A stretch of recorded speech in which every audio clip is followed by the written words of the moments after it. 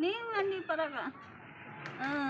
ना मैनू माफ कर दे, मैनू माफ कर दे ना जी, मैनू माफ कर। मैंने 3-4 साल हो गए बीमार हुई नू, मैनू रमान नहीं आउंदा।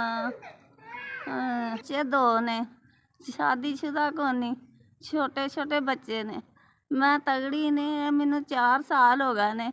मेरे गुर्दे भी खराब ने, मेरा जिगर भी खराब है, मेरा सारा कुछ खराब है। मेरिया सोजां भी पईयां ने, मेरे तो तुरया नहीं जाता, मैनू फड़ के ठाउंदे ने। मेरा पेशाब भी नहीं सही।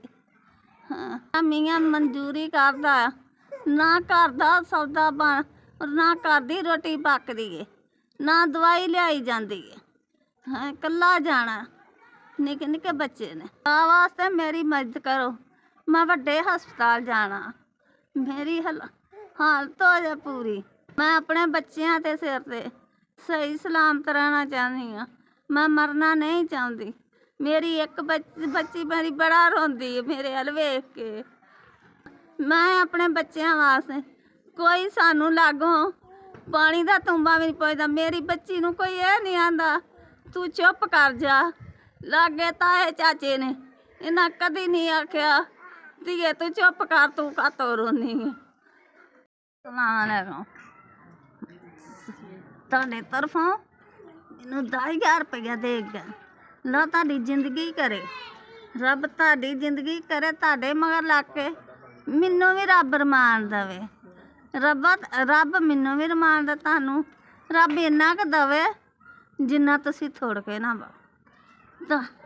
हाय तुसी जे मैनू मदद कीती है ना, रब तुहानू भी दवे, बड़ा ही रब देगा।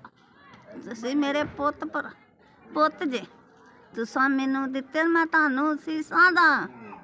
मेरे बच्चे जे, मेरी मदद करो। मैनू 10,000 रुपया दिता, हुणे हस्पताल जानी।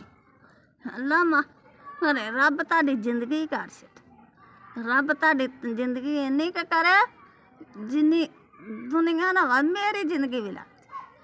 हाँ इस साहब ने मैनू पैसे भेजे ने, रब ओहदे बच्चे जीन, रब ओहदी तंदरुस्ती देवे, रब ओहदे बच्चे जीन, रब ओहदी इन्नी क जिंदगी कर छड्यो जिन्नी क गिनी न जा। रब तंदरुस्ती देवे।